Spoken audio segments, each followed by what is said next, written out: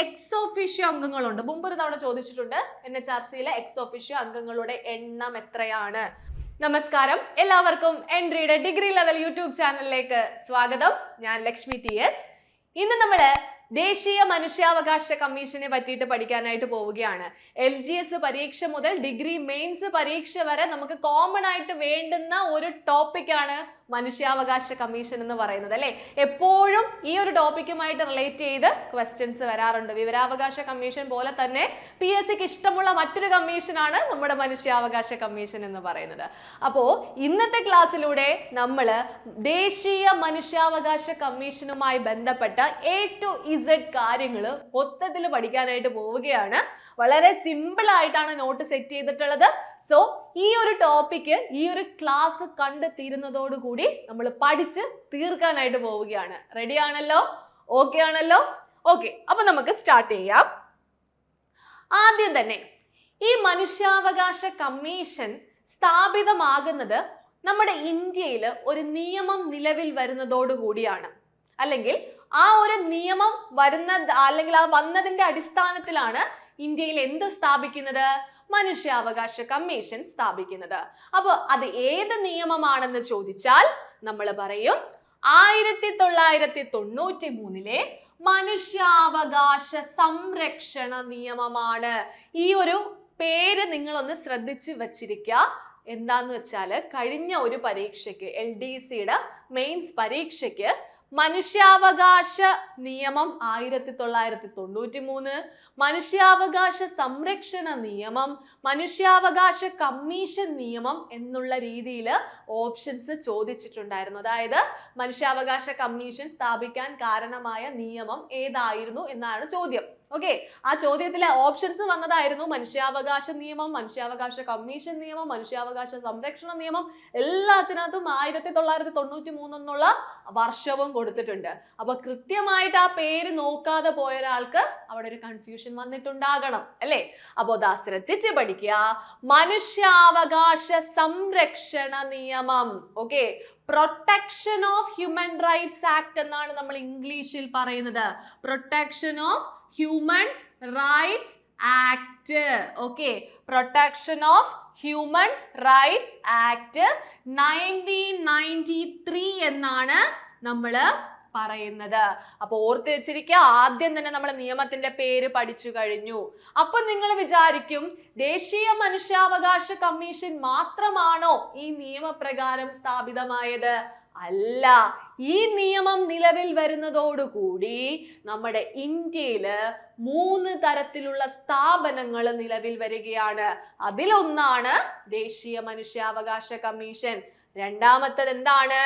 അത് സംസ്ഥാന മനുഷ്യാവകാശ കമ്മീഷനാണ്. അതായത് ഓരോ സംസ്ഥാനങ്ങളും എന്ത് ചെയ്യുന്നു?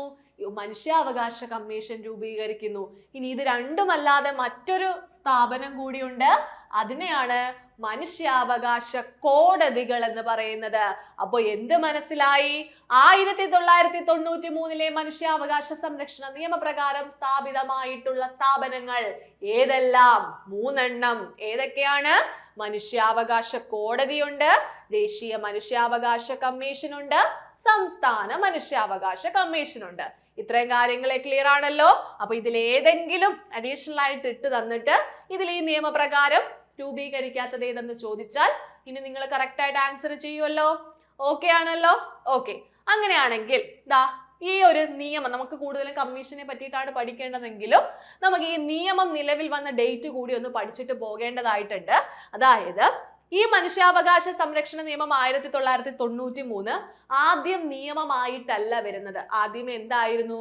ഒരു ഓർഡിനൻസ് ആയിരുന്നു. ഓർഡിനൻസ് നിലവിൽ വന്നത് എന്നെന്ന് ചോദിച്ചാൽ നമ്മൾ പറയും 1993 സെപ്റ്റംബർ മാസം 28-നാണ്. സെപ്റ്റംബർ 28 ഇമ്പോർട്ടന്റ് ആണ്, നോക്കി വെച്ചോളൂ.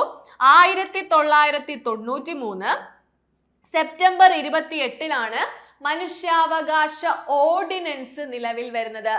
ഈ ഓർഡിനൻസ് കഴിഞ്ഞിട്ടാണ് നമ്മുടെ ലോക്സഭയും രാജ്യസഭയും എല്ലാം മനുഷ്യാവകാശ ബില്ല് പാസ്സാക്കി പിന്നീട് അതെന്ത് ചെയ്യുന്നത്? പ്രസിഡന്റ് ഒപ്പുവെക്കുന്നതോടുകൂടി അത് നിയമമായിട്ട് മാറുന്നത്. അപ്പോൾ നിങ്ങളോട് ചോദിക്കും, അത് നിലവിൽ വന്ന ഈ ഒരു നിയമം നിലവിൽ വന്ന ഡേറ്റ് ഏതാണ് എന്ന് ചോദിച്ചാലും നമ്മൾ ഉത്തരം പറയേണ്ട ഡേറ്റ് ഈ ഓർഡിനൻസ് വന്ന ഡേറ്റ് തന്നെയാണ്. എന്തുകൊണ്ടാണ്? ആ നിയമം നിലവിൽ വരുമ്പോൾ അതിന്റെ ആദ്യത്തെ ആ ഒരു സെന്റൻസിൽ എഴുതി വെച്ചിട്ടുണ്ടായിരുന്നു, ഈ നിയമം നിലവിൽ വന്ന ഡേറ്റ് ആയിട്ട് കണക്കാക്കേണ്ടത് നേരത്തെ ആ ഓർഡിനൻസ് വന്ന ഡേറ്റ് ആയിരിക്കണം. അതിന്റെ അടിസ്ഥാനത്തിലാണ് നമ്മൾ പറയുന്നത് മനുഷ്യാവകാശ സംരക്ഷണ ഓർഡിനൻസ് ആയിക്കോട്ടെ, മനുഷ്യാവകാശ സംരക്ഷണ നിയമമായിക്കോട്ടെ, ഇത് നിലവിൽ വന്ന ഡേറ്റ് 1993 സെപ്റ്റംബർ 28 ക്ലിയർ ആണോ? മനസ്സിലായല്ലോ? ഇനി ഇത് കൊണ്ടുപോയി തെറ്റിക്കത്തില്ലല്ലോ. എങ്കിൽ ദാ നമ്മള് ദേശീയ മനുഷ്യാവകാശ കമ്മീഷനെ പറ്റിയിട്ട് പഠിക്കാൻ പോവുകയാണ്. ഇന്ന് നമ്മൾ ദേശീയ മനുഷ്യാവകാശ കമ്മീഷനെ കുറിച്ച് മാത്രമേ പഠിക്കുന്നുള്ളൂ, വേറെ ഒരു കാര്യവും ഡിസ്കസ് ചെയ്യുന്നില്ല. സംസ്ഥാന മനുഷ്യാവകാശ കമ്മീഷനെ പറ്റിയിട്ട് നമ്മൾ മറ്റൊരു ദിവസമായിരിക്കും പഠിക്കുന്നത്. ഓക്കെ, അപ്പൊ ദാ നോക്കിക്കോളൂ, ദേശീയ മനുഷ്യാവകാശ കമ്മീഷനെ നമ്മൾ വിളിക്കുന്ന പേരെന്താണ്? NHRC എന്നാണ്, നാഷണൽ ഹ്യൂമൻ റൈറ്റ്സ് കമ്മീഷൻ. അഥവാ നമുക്ക് ഷോർട്ടാക്കി ഇത്രയും വലിച്ചു നീട്ടി പറയുന്നതിന് പകരം നമുക്ക് എങ്ങനെ പറയാം? NHRC എന്ന് പറയാം. യഥാർത്ഥത്തിൽ അതിനെ ഷോർട്ടാക്കി NHRC എന്നാണ് പറയുന്നത് കേട്ടോ. അപ്പൊ NHRCയെ കുറിച്ചുള്ള കാര്യങ്ങൾ നമുക്ക് നോക്കാം. ദാ നോക്കൂ, ഈ നിയമത്തിന്റെ പേര് ഞാൻ ഇനി വീണ്ടും പറയണ്ടല്ലോ. ഓക്കെ, അപ്പൊ ആ നിയമത്തിന്റെ ഏത് സെക്ഷനിലാണ് NHRCയുടെ രൂപീകരണത്തെ പറ്റി പരാമർശിക്കുന്നത്? NHRCയുടെ രൂപീകരണത്തെ പറ്റി പരാമർശിക്കുന്ന ഈ നിയമത്തിലെ സെക്ഷൻ ഏതെന്ന് ചോദിച്ചാൽ നമ്മൾ പറയും സെക്ഷൻ 3 ഒന്നാമത്തെ ക്ലോസിലാണ് എന്തിനെ പറ്റി പറയുന്നത്? NHRCയുടെ രൂപീകരണത്തെ പറ്റി പറയുന്നത്. അതായത് ഇങ്ങനെ ഒരു സ്ഥാപനം ഇന്ത്യയിൽ രൂപീകരിക്കണം എന്നുള്ള കാര്യം പറയുന്നത് സെക്ഷൻ 3(1) ഓക്കെ, ചിലപ്പോൾ ഓപ്ഷൻസിൽ ഒന്നാമത്തെ ക്ലോസ് ചിലപ്പോൾ അവർ കളഞ്ഞിട്ട് സെക്ഷൻ 3, സെക്ഷൻ 5, സെക്ഷൻ 6 അങ്ങനെ ആയിരിക്കും തരുന്നത്. അപ്പൊ എന്തായിരിക്കും ആൻസർ? സെക്ഷൻ 3 ഇനി നമ്മൾ ഡിഗ്രി ലെവലൊക്കെ പഠിക്കുമ്പോൾ നമ്മൾ എന്ത് ചെയ്യണം? ഓരോ ചെറിയ ചെറിയ പോയിന്റ്സിനും ഇമ്പോർട്ടൻസ് കൊടുക്കുക, സെക്ഷൻസിന് ഇമ്പോർട്ടൻസ് കൊടുക്കുക. SIയുടെ മെയിൻസ് പരീക്ഷയൊക്കെ നിങ്ങൾ ക്വസ്റ്റ്യൻ പേപ്പറൊക്കെ കണ്ടിട്ടുണ്ടാവുമല്ലോ. അതിലൊക്കെ ഈ സ്പെഷ്യൽ ടോപ്പിക്കിനകത്തു നിന്നൊക്കെ എന്ത് ചെയ്തിട്ടുണ്ട്?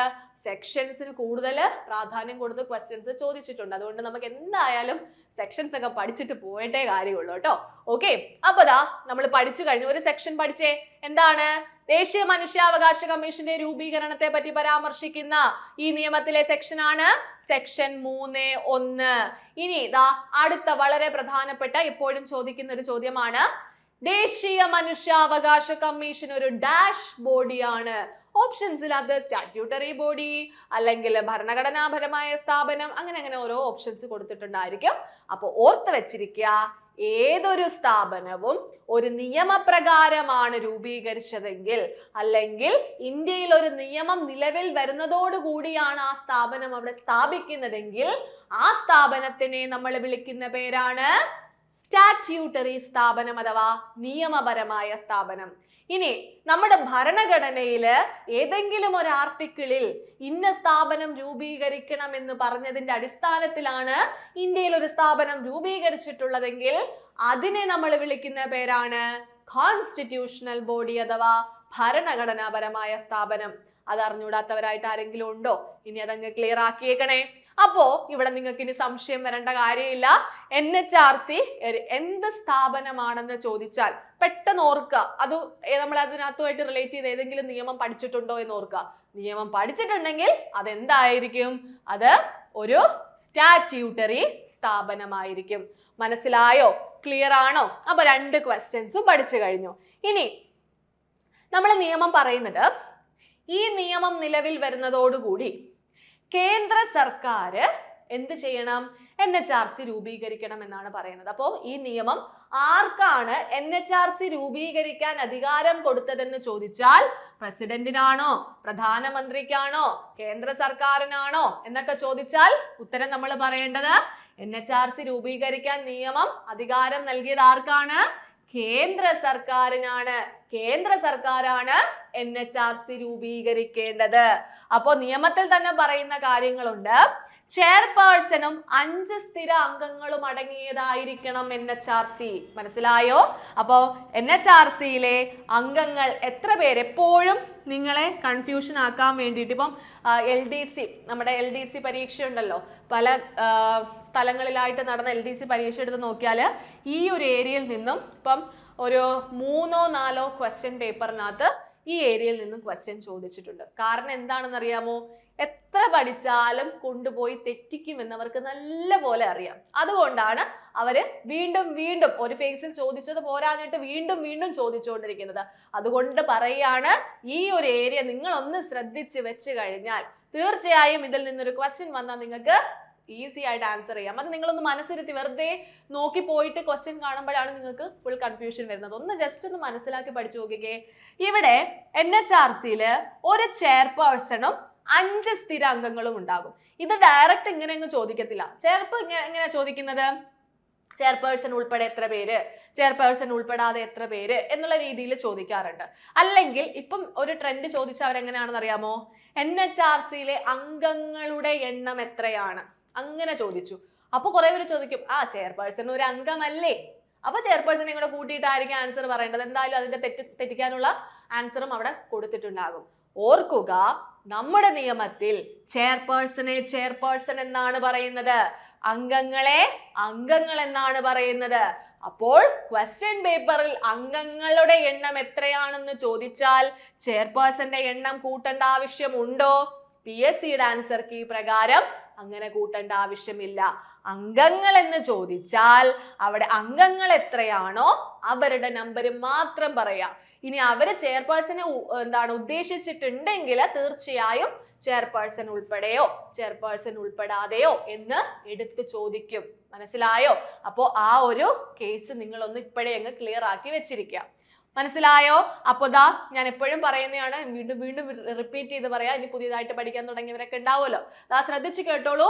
മനുഷ്യാവകാശ കമ്മീഷൻ എന്ന് കേട്ട് കഴിഞ്ഞാൽ നിങ്ങളുടെ മനസ്സിൽ വരേണ്ടുന്ന 2 നമ്പേഴ്സ് പഴയ കുട്ടികൾക്ക് അറിയാം, 6ഉം 7ഉമാണ് അല്ലെ? 6ഉം 7ഉമാണ് മനുഷ്യാവകാശ കമ്മീഷന്റെ അംഗങ്ങൾ എന്ന് കേട്ട് കഴിഞ്ഞാൽ. അതും ദേശീയ മനുഷ്യാവകാശ കമ്മീഷനിലാണ് 6ഉം 7ഉം വരുന്നത് അല്ലെ? 6ഉം 7ഉമാണ്. ഇവിടെ നമ്മൾ പഠിക്കും 1+5 ആണ്, 1+5 ആണ്.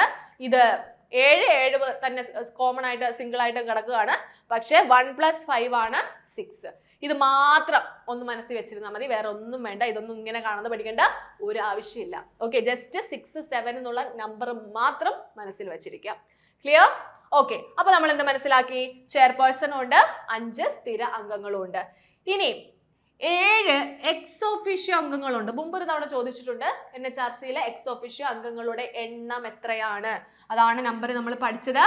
7 എക്സ് ഒഫീഷ്യോ അംഗങ്ങളാണുള്ളത്. എന്താണ് എക്സ് ഒഫീഷ്യോ അംഗങ്ങൾ എന്ന് പറഞ്ഞാല്? അതായത് മറ്റൊരു സ്ഥാനത്ത് ഇരിക്കുന്നത് കൊണ്ട് ഈ ഒരു സ്ഥാനത്തെ അംഗമായ ഒരാളെന്നാണ് എക്സ് ഒഫീഷ്യോ മെമ്പർ എന്നുള്ളത് കൊണ്ട് ഉദ്ദേശിക്കുന്നത്. അതായത് മറ്റൊരു, ഇപ്പം ഫോർ എക്സാമ്പിൾ എക്സ് ഒഫീഷ്യോ അംഗത്തിനകത്ത് വരുന്നതാണ് ദേശീയ വനിതാ കമ്മീഷന്റെ ചെയർപേഴ്സൺ. ആ വ്യക്തി എന്തുകൊണ്ട് ഈ കമ്മീഷനിൽ അംഗമായെന്ന് ചോദിച്ചാൽ നമ്മൾ പറയും എക്സ് ഒഫീഷ്യോ ആണ്. അതായത് ആ ഒരു പദവിയിൽ ഇരിക്കുന്ന ഒരാളായത് കൊണ്ടാണ് അവരെ എന്ത് ചെയ്തത്? ഈ ഒരു സ്ഥാനത്തേക്ക് വന്നത്. ആ പദവിയിൽ നിന്ന് അവർ മാറുകയാണെങ്കിൽ പകരം വന്ന ആളായിരിക്കും ഇവിടെ വരുന്നത്. അങ്ങനെയുള്ളവരെയാണ് നമ്മൾ എക്സ് ഒഫീഷ്യോ, മറ്റൊരു പദവിയിൽ ഇരിക്കുന്നത് കൊണ്ട് ഇവിടുത്തെ അംഗമായ വ്യക്തിയായിരിക്കും നമ്മൾ എക്സ് ഒഫീഷ്യോ അംഗമായിട്ട് പറയുന്നത്. മനസ്സിലായോ? അപ്പൊ ഇത്രയും ക്വസ്റ്റ്യൻസ് പഠിച്ചല്ലോ. വളരെ ഇമ്പോർട്ടന്റ് ആയിട്ടുള്ള ക്വസ്റ്റ്യൻ ആണ്, ഒരുപാട് തവണ എക്സാംസിന് വന്നിട്ടുള്ളതാണ്. പറഞ്ഞേ, രൂപീകരിച്ചത് സെക്ഷൻ 3(1) സ്റ്റാറ്റ്യൂട്ടറി സ്ഥാപനമാണ്. കേന്ദ്ര സർക്കാരാണ് രൂപീകരിക്കേണ്ടത്. ചെയർപേഴ്സണും 5 സ്ഥിരാംഗങ്ങളുമുണ്ട്, 7 എക്സ് ഒഫീഷ്യോ അംഗങ്ങളുമുണ്ട്. പഠിച്ചു കഴിഞ്ഞോ? ഓക്കെ ആണോ? അങ്ങനെയാണെങ്കിൽ ഇതാ നോക്കിക്കോളൂ. ഇന്ത്യയിലെ മനുഷ്യാവകാശങ്ങളുടെ കാവൽക്കാരൻ എന്ന് വിശേഷിപ്പിക്കുന്നത്, ഇത് കുറെ പേര് കൊണ്ടുപോയി സുപ്രീം കോടതിയാണെന്ന് പറയും. തെറ്റാണ്. ഇന്ത്യയിലെ മനുഷ്യാവകാശങ്ങളുടെ കാവൽക്കാരൻ, മറ്റേത് മൗലികാവകാശം, അതിന്റെ സംരക്ഷകൻ സുപ്രീം കോടതിയാണ്. പക്ഷേ ഇന്ത്യയിലെ മനുഷ്യാവകാശങ്ങളുടെ കാവൽക്കാരൻ എന്ന് ചോദിച്ചാൽ ഉത്തരം നമ്മൾ പറയേണ്ടത് NHRC ആണ് കേട്ടോ. NHRC ഓപ്ഷനിലുണ്ട്, നേരത്തെ ചോദിച്ചിട്ടുള്ളതാണ്. സുപ്രീം കോടതി, ഹൈക്കോടതി ഒക്കെ കാണും. അവിടെ ഒരു സംശയം നിങ്ങൾക്ക് വരണ്ട. ഇന്ത്യയിലെ മനുഷ്യാവകാശങ്ങളുടെ കാവൽക്കാരൻ എന്ന് ചോദിച്ചാൽ അത് ആരാണ്? അത് NHRC ആണ്. ഇനി എന്നാണ് NHRC നിലവിൽ വരുന്നത്? നമുക്കറിയാം, നമുക്ക് സെപ്റ്റംബർ 28, 1993 ഓർഡിനൻസ് വന്നത്. സെപ്റ്റംബർ കഴിഞ്ഞ് തൊട്ടടുത്ത മാസം ഒക്ടോബർ 12 എന്ത് ചെയ്തിട്ടുണ്ടായിരുന്നു? NHRC രൂപീകരിച്ചിട്ടുണ്ടായിരുന്നു. അതിനൊക്കെ ശേഷമാണ് നിയമമൊക്കെ പാർലമെന്റ് പാസ്സാക്കി കൊണ്ടുവരുന്നത് കേട്ടോ. അപ്പോൾ ഓർത്ത് വെച്ചിരിക്കുക, NHRC നിലവിൽ വന്നത് എന്നാണെന്ന് ചോദിച്ചാൽ 1993 ഒക്ടോബർ മാസം 12 ആണ്. ഒക്ടോബർ മാസം 12. ഈ ഒരു ഡേറ്റ് മാറിപ്പോകല്ലേ? സെപ്റ്റംബർ 28 ഒക്ടോബർ 12 തമ്മിൽ മാറിപ്പോകല്ലേ? Okay, clear? ഇനി ഈ നിയമത്തിനകത്ത് NHRCയെ പറ്റി പ്രതിപാദിക്കുന്ന അധ്യായം ഏതാണ്, ചാപ്റ്റർ ഏതാണ് എന്ന് ചോദിച്ചാൽ നമ്മൾ പറയും രണ്ടാമത്തെ അധ്യായമാണ്. രണ്ടാമത്തെ അധ്യായത്തിലാണ് എന്തിനെ പറ്റി പറയുന്നത്? NHRCയെ പറ്റി പറയുന്നത്. ഇനി എവിടെ മുതൽ എവിടെ വരെയുള്ള സെക്ഷനിലാണ് NHRCയെ പറ്റി പറയുന്നത്? 3 മുതൽ 11. 3-ലായിരുന്നു എന്ത്? രൂപീകരണത്തെ പറ്റി പറഞ്ഞത് അല്ലേ? ബാക്കിയുള്ള കാര്യങ്ങളെല്ലാം വരുന്നത് 11 വരെയുള്ള സെക്ഷനിലാണ്. അപ്പോൾ ഓർത്ത് വെച്ചിരിക്കുക, അധ്യായം 2 സെക്ഷൻ 3 മുതൽ 11. ഓക്കെ ആണോ? എങ്കിൽ ദാ നോക്കൂ, ഇനി നമ്മൾ പഠിക്കാൻ പോകുന്നത് ഇവരുടെ യോഗ്യതയാണ്. ഈ യോഗ്യതയാണ് നിങ്ങൾക്ക് ഏറ്റവും കൂടുതൽ കൺഫ്യൂഷൻ വരുന്നതെന്ന് അറിയാം. നിങ്ങളിതാ ഇനിയുള്ള കുറച്ച് നിമിഷം കുറച്ചും കൂടെ ഒന്ന് ശ്രദ്ധിച്ചിരുന്നേ. ഇതൊക്കെ സിമ്പിളാണ്. വെറുതെ നിങ്ങളൊന്ന് മനസ്സിരുത്തിയൊന്നും മനസ്സിലാക്കി കഴിഞ്ഞാൽ വളരെ സിമ്പിളാണ്. മനസ്സിലാക്കാതെ വെറുതെ കേട്ടിരുന്നാലാണ് നിങ്ങൾക്ക് എത്ര പഠിച്ചാലും അത് ക്ലിയർ ആകാത്തത്. ഓക്കെ, ദാ ശ്രദ്ധിച്ച് കേട്ടോണേ. നമ്മൾ പറഞ്ഞു ചെയർപേഴ്സണും ഉണ്ട്, 5 സ്ഥിര അംഗങ്ങളും ഉണ്ട്. അവരുടെ ക്വാളിഫിക്കേഷൻ കൃത്യമായി പഠിക്കണം. അവിടെ നിന്ന് എപ്പോഴും ചോദ്യം വരുന്നു. നമുക്ക് സ്റ്റേറ്റ്മെന്റ് ഒരു പോയിന്റ് അല്ലെങ്കിൽ സ്റ്റേറ്റ്മെന്റ് ക്വസ്റ്റ്യൻ നമുക്ക് ഈ ഒരു ഏരിയയിൽ നിന്നും പ്രതീക്ഷിക്കാം. ദാ നോക്കൂ, NHRCയുടെ ചെയർപേഴ്സൺ എന്ന് പറയുന്നത് ആദ്യം നിങ്ങൾ മനസ്സിലാക്കേണ്ടത് നിലവിൽ ഇരിക്കുന്ന ഒരാളെ എടുക്കത്തില്ല. അതായത് നിലവിൽ സുപ്രീം കോടതി ചീഫ് ജസ്റ്റിസ് ആയിട്ടിരിക്കുന്ന വ്യക്തിയെയോ അല്ലെങ്കിൽ സുപ്രീം കോടതി ജഡ്ജി ആയിട്ടിരിക്കുന്ന ഒരു വ്യക്തിയെയോ NHRCയുടെ ചെയർപേഴ്സൺ ആയിട്ട് എടുക്കത്തില്ല. കാരണം NHRCയുടെ ചെയർപേഴ്സൺ എന്ന് പറഞ്ഞാൽ വളരെ വലിയൊരു പദവിയല്ലേ. ഓർത്ത് വെക്കാൻ വേണ്ടി പറയുകയാണേ, വളരെ വലിയൊരു പദവിയല്ലേ. അവർക്ക് ഒരുപാട് കാര്യങ്ങൾ ഹാൻഡിൽ ചെയ്യാൻ കാണും. അപ്പൊ സുപ്രീം കോടതിയുടെ നിലവിലെ ചീഫ് ജസ്റ്റിസ് ആയിരിക്കുന്ന ഒരു വ്യക്തിക്ക് അതും ഇതും എല്ലാം കൂടെ നോക്കാൻ പറ്റുമോ? പറ്റത്തില്ല. അതുകൊണ്ട് തന്നെ ഈ ഒരു പദവി വഹിച്ച ഒരാളെ, അതായത് റിട്ടയർഡ് ആയിട്ടുള്ള അല്ലെങ്കിൽ മുൻ സുപ്രീം കോടതി ചീഫ് ജസ്റ്റിസിനെയോ അല്ലെങ്കിൽ മുൻ സുപ്രീം കോടതി ജഡ്ജിയെയോ ആയിരിക്കും എവിടെ കൺസിഡർ ചെയ്യുന്നത്? NHRCയുടെ ചെയർപേഴ്സൺ ആയിട്ട് കൺസിഡർ ചെയ്യുന്നത്. മനസ്സിലായോ? പറഞ്ഞ ക്ലിയർ ആണോ? ഞാൻ ഒന്നും കൂടെ പറയുന്നു. ചെയർപേഴ്സന്റെ യോഗ്യത എന്താണെന്ന് ചോദിച്ചാൽ സുപ്രീം കോടതി, ഇവിടെ ജസ്റ്റ് നിങ്ങൾ ആദ്യം മനസ്സിലാക്കേണ്ടത് ഇവിടെ സുപ്രീം കോടതി മാത്രമേ ഉള്ളൂ. ഓക്കെ, ഹൈക്കോടതിയിൽ ആരും ഇതിനകത്ത് ഉൾപ്പെടത്തില്ല. ചെയർപേഴ്സൺ എന്ന് പറയുന്നത് സുപ്രീം കോടതിയിലുള്ള ഒരു വ്യക്തി ആയിരിക്കണം. അത് ഫസ്റ്റ് പോയിന്റ് നിങ്ങൾ മനസ്സിലാക്കേണ്ടതാണ്. NHRCയുടെ ചെയർപേഴ്സൺ എവിടെ നിന്നുള്ള ആളാണ്? സുപ്രീം കോടതിയിൽ നിന്നുള്ള ആളാണ്. രണ്ടാമത് നിങ്ങൾ മനസ്സിലാക്കേണ്ടത് നിലവിലുള്ള ഒരാളെ എടുക്കത്തില്ല. അപ്പൊ നിങ്ങൾക്ക് എന്ത് മനസ്സിലായി? മുമ്പുള്ള ഒരാളായിരിക്കും അതിനകത്ത് വരുന്നതെന്ന് മനസ്സിലായി. ഇനി സുപ്രീം കോടതിയിൽ ആരൊക്കെ ഉണ്ടാകും? ചീഫ് ജസ്റ്റിസും ഉണ്ടാകും, ജഡ്ജിമാരും ഉണ്ടാകും. മുമ്പ് ചീഫ് ജസ്റ്റിസിനെ മാത്രമേ ഇവിടെ കൺസിഡർ ചെയ്യത്തുള്ളായിരുന്നു. ഇപ്പൊ എന്താ ചെയ്യുന്നുണ്ട്? ജഡ്ജിമാരെയും ഈ ഒരു ചെയർപേഴ്സന്റെ യോഗ്യതയിലേക്ക് കൺസിഡർ ചെയ്യുന്നുണ്ട്. അപ്പൊ ഒന്ന് പറഞ്ഞേ, അപ്പൊ ചെയർപേഴ്സന്റെ യോഗ്യത എന്ന് പറയുന്നത് സുപ്രീം കോടതിയിലെ ചീഫ് ജസ്റ്റിസോ സുപ്രീം കോടതിയിലെ ജഡ്ജിയോ ആയിരുന്ന ഒരു വ്യക്തി. ഇതാ ആയിരുന്ന എന്നാണ് പറയുന്നത്. ഹു ഹാസ് ബീൻ എന്നാണ് നമ്മുടെ നിയമത്തിൽ പറയുന്നത്. Okay, who has been the Chief Justice of High Court or Chief Justice of a Supreme Court or a Judge of a Supreme Court എന്നാണ് പറയുന്നത്. Okay, clear? മനസ്സിലായോ? അപ്പൊ ഒന്ന് പറഞ്ഞേ, ഇന്ത്യയിലെ മനുഷ്യാവകാശങ്ങളുടെ കാവൽക്കാരൻ NHRC ആണ്. NHRC നിലവിൽ വരുന്നത് 1993 ഒക്ടോബർ 12 NHRCയെ പറ്റി പ്രതിപാദിക്കുന്ന ചാപ്റ്റർ 2 ആണ്. സെക്ഷൻ 3 മുതൽ 11 വരെയാണ്. ചെയർപേഴ്സന്റെ ക്വാളിഫിക്കേഷൻ എന്ന് പറയുന്നത് സുപ്രീം കോടതിയിലെ ചീഫ് ജസ്റ്റിസ് അല്ലെങ്കിൽ ജഡ്ജി പദവി വഹിച്ച ഒരാളായിരിക്കണം എന്നാണ്. ഇനിതാ അംഗങ്ങളുടെ കേസാണ് നമ്മൾ പഠിക്കാൻ പോകുന്നത്. ശ്രദ്ധിച്ച് കേട്ടോണേ. ചെയർപേഴ്സൺ കഴിഞ്ഞു, ഇനി അങ്ങോട്ട് നോക്കേണ്ട ആവശ്യമില്ല. നമ്മൾ എത്ര അംഗങ്ങൾ ഉണ്ടെന്നാണ് പഠിച്ചത്? 5 സ്ഥിര അംഗങ്ങൾ ഉണ്ടെന്ന് പഠിച്ചു അല്ലേ? അതില് ഓരോ ആൾക്കാരെ നമ്മൾ ഇങ്ങനെ വരച്ച് പഠിക്കാനായിട്ട് പോവുകയാണ്. ഇതാണ് അംഗം നമ്പർ 1. ഇയാൾ ആരാണ്? ഇയാൾ അംഗം നമ്പർ 2 ആണ്. ഓക്കെ, ഇവർ രണ്ടുപേരും ഫ്രണ്ട്സ് ആണ്. ഇനി അംഗം നമ്പർ 3 ഉണ്ട്, 4 ഉണ്ട്, 5 ഉണ്ട്. ഓക്കെ, ഇവര് 3 പേരും ഒരു ടീം, ഇവര് വേറെ ടീമാണ്. ഇവിടെ ഒരാൾക്ക് ഞാൻ കുറച്ച് മുടിയൊക്കെ വരച്ചു കൊടുക്കുകയാണ്. അതിന്റെ കാരണമൊക്കെ നിങ്ങൾക്ക് അറിയായിരിക്കും. ഓക്കെ, അപ്പൊ ദാ നോക്കിക്കോളൂ. അംഗം നമ്പർ 1 എന്ന് പറയുന്നത് സുപ്രീം കോടതിയിൽ നിന്നുള്ള ഒരാളാണ്. അംഗം നമ്പർ 2 എന്ന് പറയുന്നത് ഹൈക്കോടതിയിൽ നിന്നുള്ള ഒരാളാണ്. ഇവര് മനുഷ്യാവകാശ മേഖലയിൽ നിന്നുള്ള ഒരാളാണ്. 3 ആൾക്കാരാണ്. ഇത്ര മനസ്സിലായല്ലോ. ഇനി നിങ്ങൾ മനസ്സിലാക്കേണ്ടത് സുപ്രീം കോടതിയിലെ ചീഫ് ജസ്റ്റിസ് ആയിരുന്ന ഒരാളെ നമ്മൾ ഇവിടെ എടുത്തിട്ടുണ്ട്. നമ്മുടെ ചെയർപേഴ്സൺ ആയിട്ട് എടുത്തിട്ടുണ്ട്. ഓക്കെ, ഇവിടെ നമ്മൾ ശ്രദ്ധിക്കേണ്ടത് അംഗം നമ്പർ 1 ആരായിരിക്കണം? ഒന്നെങ്കിൽ മുൻപ് സുപ്രീം കോടതിയുടെ ജഡ്ജി ആയിരുന്ന ഒരാളാകാം മുമ്പ്, അല്ലെങ്കിൽ നിലവിലുള്ള ഒരാളെയും എന്ത് ചെയ്യും? ഇവിടെ എടുക്കാനായിട്ട് സാധിക്കും. അപ്പം ഇയാൾ ആരാണ്? സുപ്രീം കോടതി ജഡ്ജിയാണ്. ഓക്കെ, ജഡ്ജി, ചീഫ് ജസ്റ്റിസ് അല്ല. ചീഫ് ജസ്റ്റിസ് എവിടെ പോയി? അത് NHRCയുടെ ചെയർപേഴ്സൺ ആയിട്ട് മാറിയല്ലോ. അപ്പോ അംഗം നമ്പർ 1 എവിടെ നിന്നുള്ള ആളായിരുന്നു? സുപ്രീം കോടതിയിൽ നിന്നുള്ള ആളായിരുന്നു. അതാരാണ്?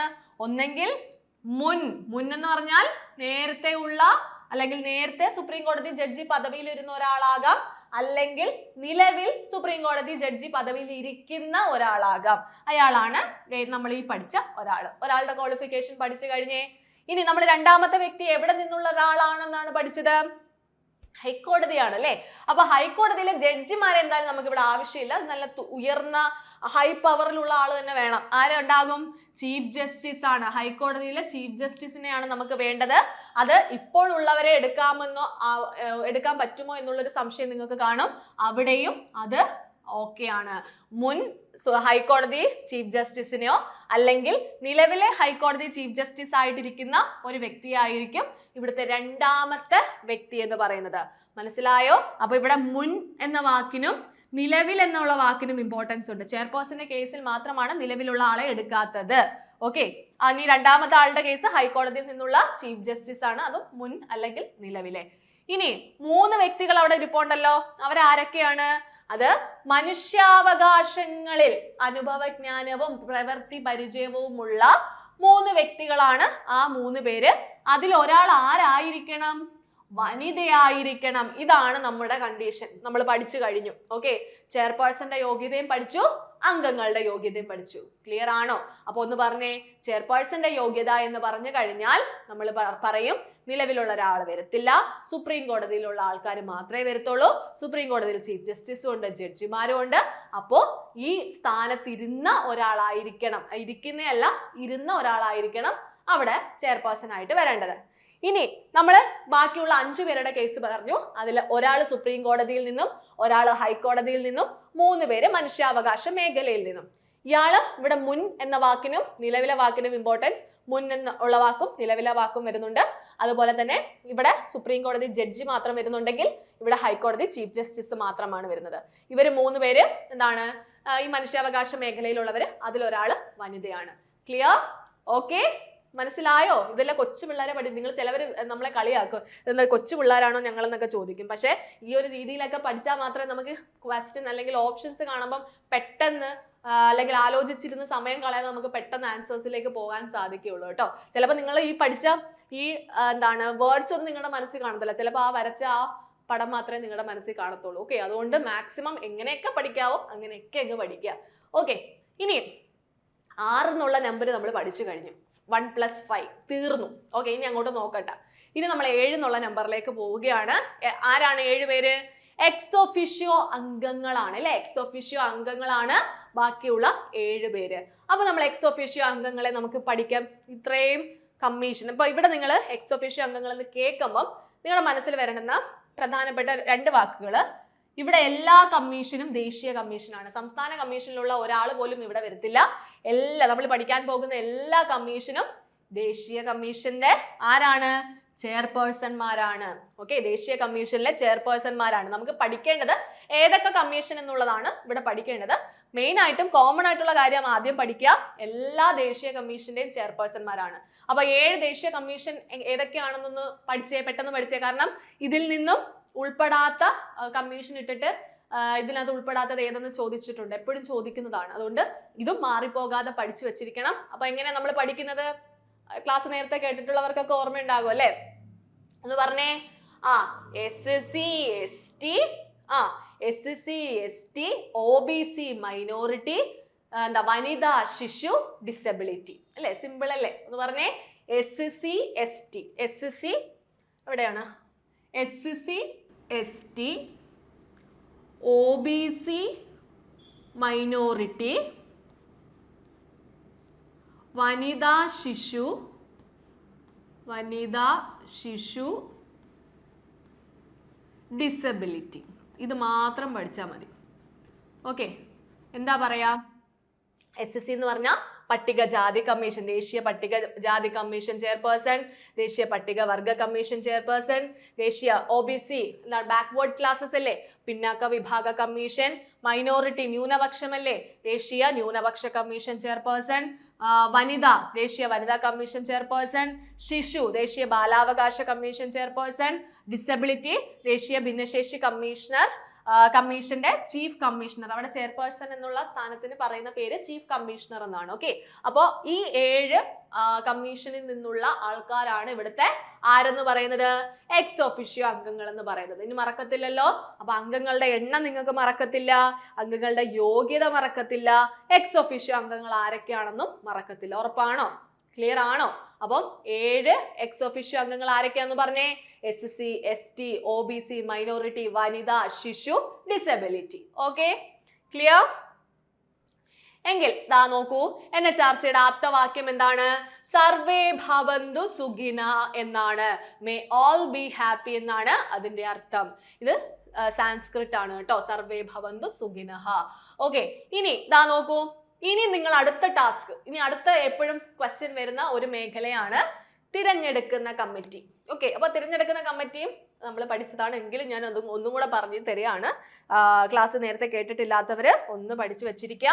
തിരഞ്ഞെടുക്കുന്ന കമ്മിറ്റി എന്ന് കേട്ട് കഴിഞ്ഞാൽ ഇവിടെ നമ്മളുടെ മനസ്സിൽ വരേണ്ട നമ്പർ 6 ആണ്. അപ്പം നേരത്തെ ഒരു 6 പഠിച്ചു, പിന്നെ ഒരു 7 പഠിച്ചു. അപ്പൊ അതാ വീണ്ടും ഒരു 6 പഠിക്കാനായിട്ട് പോവുകയാണ്. തിരഞ്ഞെടുക്കുന്നത്, അതായത് നമ്മൾ ഈ ചെയർപേഴ്സണെയും അംഗങ്ങളെയും തിരഞ്ഞെടുക്കണമല്ലോ. ഓക്കെ, അപ്പൊ ഞാൻ വേറൊരു കാര്യം ഇതിന്റെ കൂടെ ആഡ് ചെയ്യാണ്. നമ്മൾ നേരത്തെ പറഞ്ഞല്ലോ, നിലവിലുള്ള ഹൈക്കോടതി ചീഫ് ജസ്റ്റിസിനെയോ അല്ലെങ്കിൽ നിലവിൽ സുപ്രീം കോടതി ജഡ്ജി പദവി വഹിക്കുന്ന ഒരാളെയോ നമുക്ക് NHRCയിലേക്ക് എടുക്കാൻ സാധിക്കും. അവിടെ ഒരു കണ്ടീഷൻ പറയുന്നുണ്ട്. അത് നമ്മുടെ ഇപ്പൊ നിലവിലുള്ള സുപ്രീം കോടതിയുടെ ചീഫ് ജസ്റ്റിസുമായിട്ട് കൂടിയാലോചിച്ച ശേഷം മാത്രമേ അവിടെ എടുക്കാൻ പാടുള്ളൂ. അത് നമ്മളിപ്പോൾ പഠിക്കും. ഓക്കെ, അപ്പൊ അതിന് മുമ്പായിട്ട് നമുക്ക് ഈ ഒരു സെലക്ഷൻ കമ്മിറ്റിയിൽ ആരൊക്കെയാണ് ഉൾപ്പെടുന്നത്? കാരണം ഇപ്പൊ നിങ്ങൾക്ക് ഇത് കാണുമ്പം ഓക്കെയാണ്, ഇതൊക്കെ പഠിക്കാനാണോ പാടെന്നൊക്കെ നിങ്ങൾ വിചാരിക്കും. പക്ഷെ ഇത് കഴിഞ്ഞ് നിങ്ങൾ സംസ്ഥാന മനുഷ്യാവകാശ കമ്മീഷൻ പഠിക്കും, എന്താണ് ദേശീയ വിവരാവകാശ കമ്മീഷൻ, സംസ്ഥാന വിവരാവകാശ കമ്മീഷൻ, ഇതെല്ലാം പഠിച്ചു കഴിയുമ്പോഴത്തേക്കും അവിടെയും ഇതേപോലെ കുറെ സെലക്ഷൻ കമ്മിറ്റികൾ എക്സാമിന് പോയിരിക്കുമ്പോൾ അതും ഇതും തമ്മിൽ ഫുള്ളി കൺഫ്യൂഷൻ ആയി പോകും. അതുകൊണ്ട് മാത്രം നമ്മൾ ഇതാ പഠിക്കുന്ന രീതി ഒന്ന് മാറ്റിപ്പിടിക്കുകയാണ്. അതാ ശ്രദ്ധിച്ച് കേട്ടോണേ. ഇവിടെ NHRCയിലെ അംഗങ്ങളെ തിരഞ്ഞെടുക്കുന്ന സെലക്ഷൻ കമ്മിറ്റിയിൽ 6 പേരെന്ന് നമ്മൾ ആദ്യം തന്നെ പഠിച്ചു. അപ്പൊ 6 പേരെ നമ്മൾ ഒരു ടേബിൾ ഇട്ട് കൊടുത്ത് ഇവിടെ ഇരുത്താൻ പോവുകയാണ്. ചെറിയ ടേബിൾ പോരാ, 6 പേരുള്ളത് കൊണ്ട് തന്നെ വലിയ ടേബിൾ ഇടണം. ഒരു സൈഡിൽ 3 പേരെ ഇരുത്തി, അടുത്ത സൈഡിൽ 3 പേരെ ഇരുത്തി. ഓക്കെ, ഇനി ഇവരെ ഓരോരുത്തരെയും നമുക്ക് അറേഞ്ച് ചെയ്യാം. ഇവര് 2 പേര് മന്ത്രിമാരാണ്, ഏതൊക്കെയോ ഒരു മന്ത്രിമാര്. ശ്രദ്ധിച്ചോണേ, ഇവര് 2 പേര് ഏതോ മന്ത്രിമാരാണ്. ഇവര് 2 പേര് ലോക്സഭയിൽ നിന്നുള്ള 2 ആൾക്കാരാണ്. ഓപ്പോസിറ്റ് മുഖം നോക്കി ഇരിക്കുകയാണ്. നിങ്ങൾ ജസ്റ്റ് ഇമാജിൻ ചെയ്യുക. ഇത് 2 മന്ത്രിമാര്, ഇത് 2 ലോക്സഭയിലുള്ളവര്. അപ്പൊ ഇത് സ്വാഭാവികമായും എവിടെ നിന്നുള്ളവരായിരിക്കും? രാജ്യസഭയിൽ നിന്നുള്ളവരാണ്. ഇത് ലോക്സഭ, ഇത് ലോക്സഭ, ഇത് രാജ്യസഭ, ഇത് രാജ്യസഭ. ഇത്രയും ക്ലിയർ ആണോ? ഓക്കെ ആണോ? 6 പേരുണ്ട്. അതില് 2 മന്ത്രിമാര്, 2 ലോക്സഭയിൽ നിന്നുള്ളവര്, 2 രാജ്യസഭയിൽ നിന്നുള്ളവര്. ഇനി ഇവർ ആരൊക്കെയാണെന്നാണ് നമ്മൾ പഠിക്കേണ്ടത്. ആദ്യത്തെ വ്യക്തിയാണ് നമ്മുടെ പ്രധാനമന്ത്രി. ഏത് മന്ത്രിയാണ്?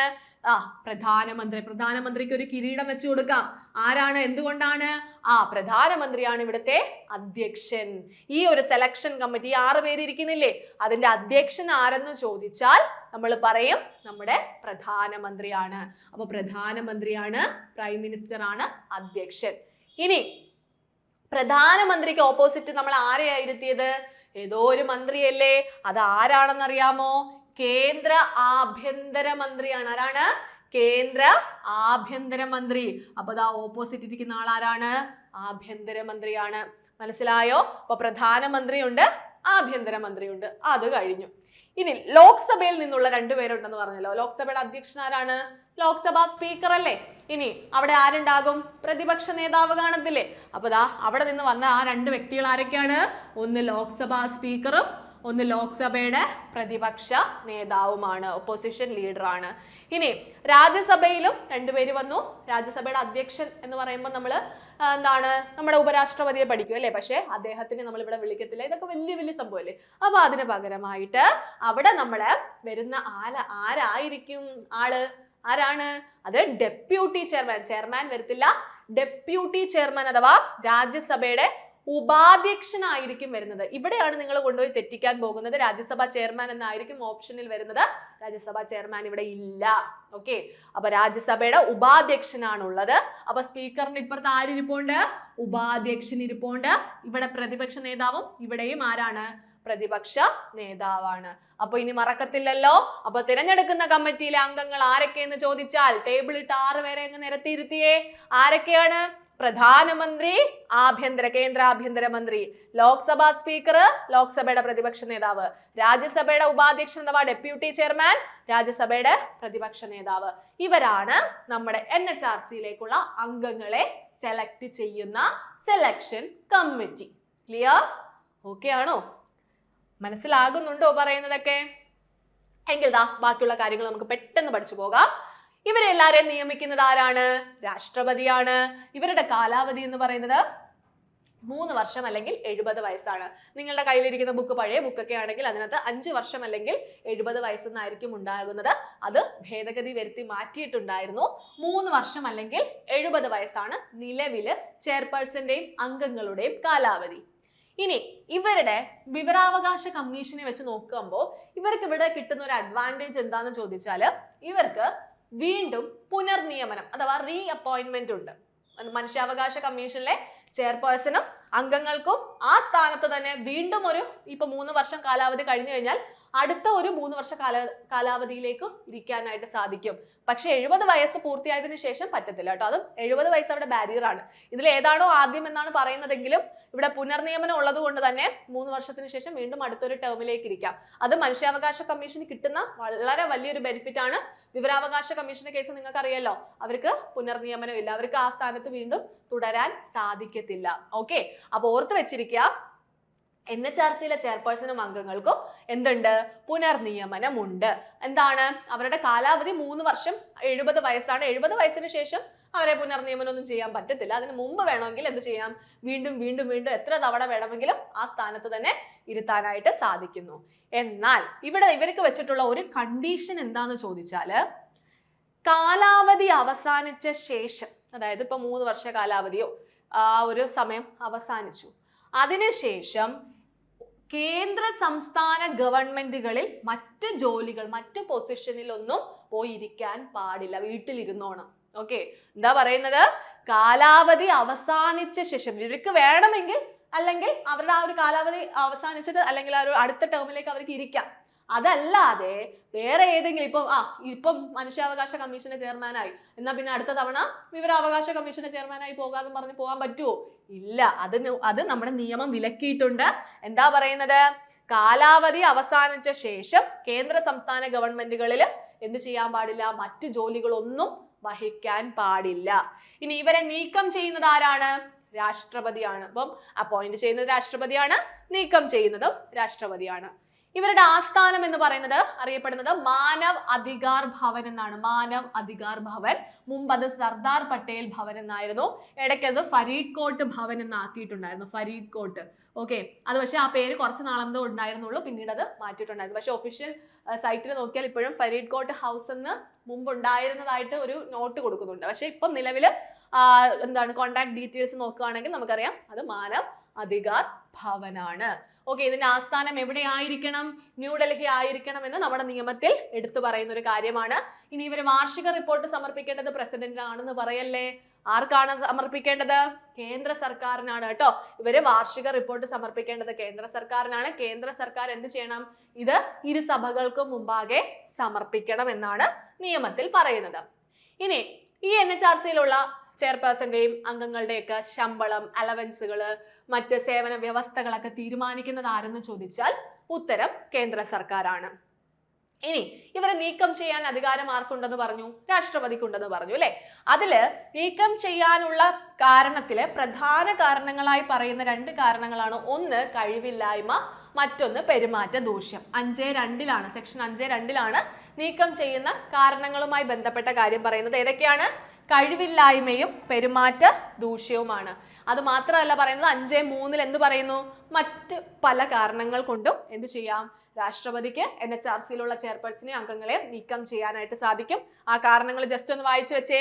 ഒന്ന്, നിർധനനായി മാറുക അല്ലെങ്കിൽ പാപ്പരാകുക, അല്ലെങ്കിൽ അയാൾ ആ ജോലി ചെയ്യുന്ന സമയത്ത് തന്നെ മറ്റൊരു ജോലി, എന്തെങ്കിലും പ്രോഫിറ്റ് ലഭിക്കുന്ന ജോലി ആ സമയത്ത് തന്നെ ചെയ്യുക, അത് പിന്നീട് പിടിക്കുകയാണെങ്കിൽ അയാളെ പുറത്താക്കുന്നു, അല്ലെങ്കിൽ മാനസികമായോ ശാരീരികമായോ ദൗർബല്യം, അയാൾക്ക് ആ സ്ഥാനത്ത് തുടരാൻ പറ്റുന്നില്ല, അയാൾക്ക് മനസ്സുകൊണ്ടോ അല്ലെങ്കിൽ ശാരീരികമായോ ആ ബുദ്ധിമുട്ട് ഉണ്ടെങ്കിൽ അയാളെ നീക്കം ചെയ്യാം. അതുപോലെ ചിത്തഭ്രമമുള്ളവനായിട്ട് എന്ത് ചെയ്യുന്നു? വിധിക്കുന്ന ഒരാളാണെങ്കിൽ അയാളെ നീക്കം ചെയ്യാം. ഇനി സദാചാര ദൂഷ്യം ഉൾക്കൊള്ളുന്ന ഒരു കുറ്റം ചെയ്ത് ശിക്ഷിക്കപ്പെടുകയാണെങ്കിൽ എന്ത് ചെയ്യാം? ആ വ്യക്തിയെയും ആ സ്ഥാനത്ത് നിന്ന് നീക്കം ചെയ്യാം. ഇനി ഇവിടെ ശ്രദ്ധിക്കേണ്ടുന്ന മറ്റൊരു കാര്യമാണ്, NHRCക്ക് ഒരു ചീഫ് എക്സിക്യൂട്ടീവ് ഓഫീസർ ഉണ്ട്. ചീഫ് എക്സിക്യൂട്ടീവ് ഓഫീസർ ആരാണ്? അത് നമ്മുടെ സെക്രട്ടറി ജനറൽ ആണ്. ആ വാക്ക് ഇമ്പോർട്ടന്റ് ആണ്. കാരണം നമ്മൾ സംസ്ഥാന മനുഷ്യാവകാശ കമ്മീഷൻ പഠിക്കുമ്പോൾ അവിടെ സെക്രട്ടറി ജനറൽ എന്നുള്ള വാക്ക് ഇല്ല. പകരം സെക്രട്ടറി, അവിടുത്തെ ചീഫ് എക്സിക്യൂട്ടീവ് ഓഫീസർ സെക്രട്ടറി ആണ്. ഈ NHRCയുടെ കേസ് എടുക്കുമ്പോഴാണ് നമ്മൾ എന്ത് പറയുന്നത്? സെക്രട്ടറി ജനറൽ എന്നുള്ള വാക്ക് പറയുന്നത്. അത് മുമ്പ് കഴിഞ്ഞ ഡിഗ്രി പ്രിലിംസ് പരീക്ഷയ്ക്ക് ചോദിച്ചൊരു ചോദ്യമായിരുന്നു. ഓക്കെ, അപ്പോൾ ഓർത്തിരിക്കുക, നമ്മുടെ NHRCയുടെ ചീഫ് എക്സിക്യൂട്ടീവ് ഓഫീസർ ആരെന്ന് ചോദിച്ചാൽ സെക്രട്ടറി ആണോ, സെക്രട്ടറി ജനറൽ ആണോ, ജില്ലാ കളക്ടർ ആണോ എന്നൊക്കെ ചോദിക്കും. ഓർക്കുക, സെക്രട്ടറി ജനറൽ ആണ്. ജനറൽ ആ വാക്ക് ഇമ്പോർട്ടന്റ് ആണ്.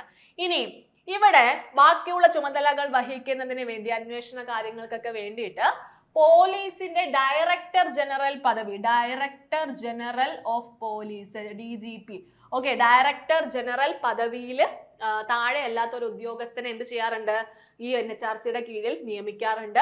എന്നിട്ട് അന്വേഷണ അയാളുടെ കീഴിലായിരിക്കും, ഈ DGP ആ റാങ്കിലുള്ള ഉദ്യോഗസ്ഥന്റെ കീഴിലായിരിക്കും എന്ത് ചെയ്യുന്നത്? ബാക്കിയുള്ള ഉദ്യോഗസ്ഥരെയും നിയമിക്കുന്നത്. അപ്പോൾ ഓർത്ത് വെച്ചിരിക്കുക ആ കാര്യങ്ങൾ. ഇനി നീക്കം ചെയ്യുന്ന നടപടിക്രമം നമ്മൾ സിമ്പിൾ ആയിട്ട് അങ്ങ് പറഞ്ഞു, രാഷ്ട്രപതിയാണ് നീക്കം ചെയ്യുന്നത്. പക്ഷേ അവിടെ ആഡ് ചെയ്യേണ്ടുന്ന വളരെ പ്രധാനപ്പെട്ട ഒരു പോയിന്റ്, അവിടെ ബ്രാക്കറ്റിൽ ഇട്ട് വെക്കേണ്ട ഒരു പോയിന്റ് ഉണ്ട്. സുപ്രീം കോടതിയുടെ അനുമതിയോടുകൂടി മാത്രമേ രാഷ്ട്രപതിക്ക് NHRCയിലുള്ള ചെയർപേഴ്സണെയും അംഗങ്ങളെയും നീക്കം ചെയ്യാനായിട്ട് സാധിക്കുകയുള്ളൂ. ആരുടെയാണ്? സുപ്രീം കോടതിയുടെ അനുമതി. അപ്പോ ഈ നീക്കം ചെയ്യുന്ന നടപടിക്രമം അതിനകത്ത് കൃത്യമായി പറയുന്നുണ്ട്. അതായത് ഇപ്പം എന്തെങ്കിലും നമ്മൾ നേരത്തെ റീസൺസ് പഠിച്ചല്ലോ, എന്ന കാരണങ്ങൾ പഠിച്ചല്ലോ, അതിലേതെങ്കിലും കാരണം കൊണ്ട് രാഷ്ട്രപതിക്ക് ഈ NHRCയിലുള്ള ഒരാളെ നീക്കം ചെയ്യണമെന്നുണ്ടെങ്കിൽ രാഷ്ട്രപതി ചെയ്യേണ്ട ആദ്യത്തെ സ്റ്റെപ്പ് അതെന്ത് ചെയ്യുക? സുപ്രീം കോടതിക്ക് റെഫർ ചെയ്യുക.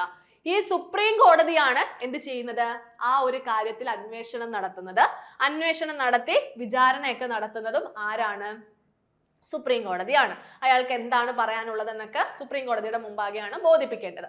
അതിനുശേഷം അതിന്റെ അടിസ്ഥാനത്തിലായിരിക്കും സുപ്രീം കോടതി എന്ത് ചെയ്യുന്നു? ഒരു റിപ്പോർട്ട് തിരിച്ച് രാഷ്ട്രപതിക്ക് കൊടുക്കുന്നു. ആദ്യമേ രാഷ്ട്രപതി ഒരു റെഫറൻസ് കൊടുക്കുന്നു, അത് അന്വേഷിക്കുന്നു, എന്നിട്ട് അന്വേഷണത്തിന്റെ അടിസ്ഥാനത്തിലുള്ള റിപ്പോർട്ട് തിരിച്ച് രാഷ്ട്രപതിക്ക് കൊടുക്കുന്നു. ആ റിപ്പോർട്ടിനകത്ത് സുപ്രീം കോടതി പറയുകയാണ് നീക്കം ചെയ്യാം എന്ന് പറയുകയാണെങ്കിൽ മാത്രമേ എന്ത് ചെയ്യാൻ സാധിക്കുള്ളൂ? പ്രസിഡന്റിന് ഈ ആൾക്കാരെ നീക്കം ചെയ്യാൻ സാധിക്കുള്ളൂ. അല്ലാത്ത പക്ഷം നീക്കം ചെയ്യാൻ പാടില്ല എന്നാണ് സുപ്രീം കോടതി പറയുന്നതെങ്കിൽ പ്രസിഡന്റിന് ആ വ്യക്തിയെ നീക്കം ചെയ്യാൻ പറ്റത്തില്ല. അതാ പറയുന്നത്, നീക്കം ചെയ്യുക എന്നുള്ള കാര്യം പഠിക്കുമ്പോൾ രാഷ്ട്രപതിയുടെ ബ്രാക്കറ്റിൽ എന്തിടുക? സുപ്രീം കോടതിയുടെ അനുമതിയോടുകൂടി എന്നുള്ള കാര്യം കൂടി ആഡ് ചെയ്യുക.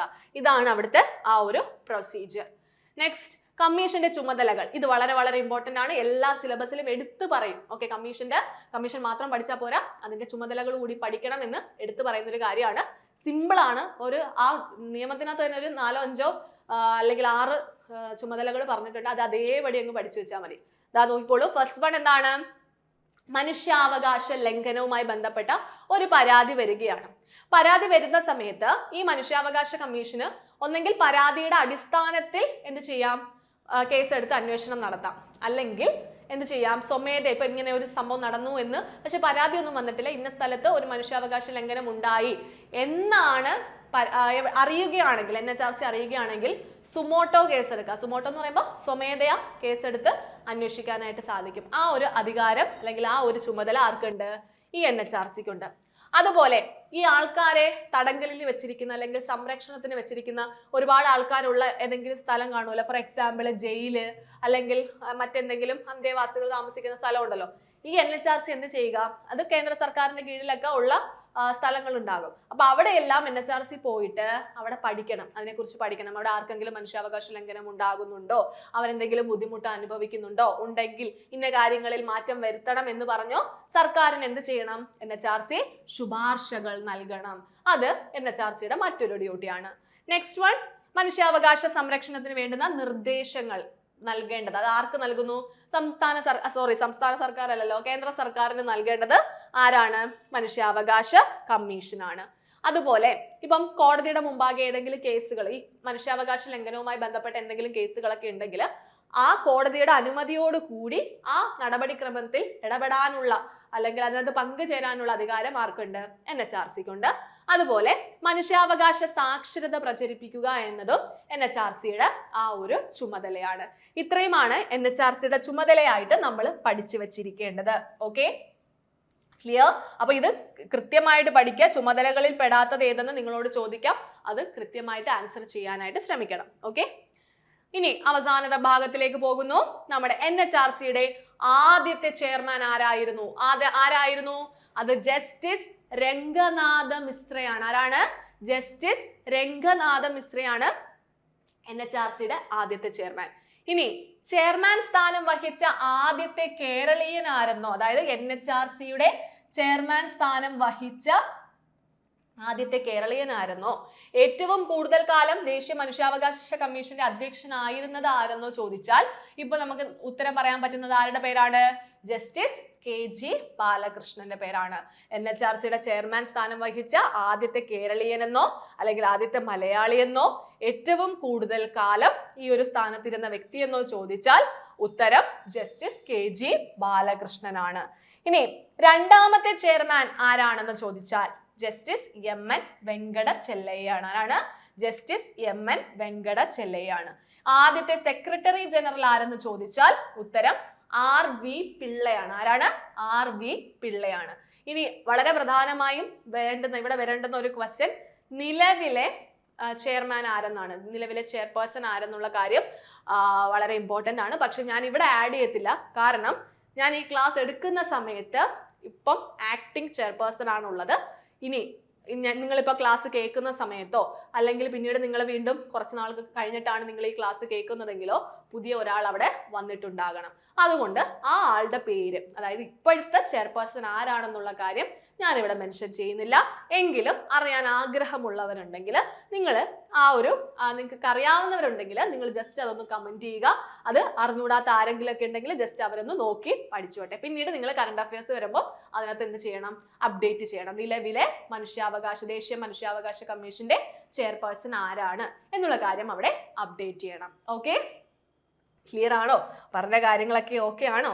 അപ്പോൾ ഇത്രയും കാര്യങ്ങളാണ് നമുക്ക് NHRC അഥവാ ദേശീയ മനുഷ്യാവകാശ കമ്മീഷനുമായിട്ട് ബന്ധപ്പെട്ട് പഠിക്കാനായിട്ടുണ്ടായിരുന്നത്.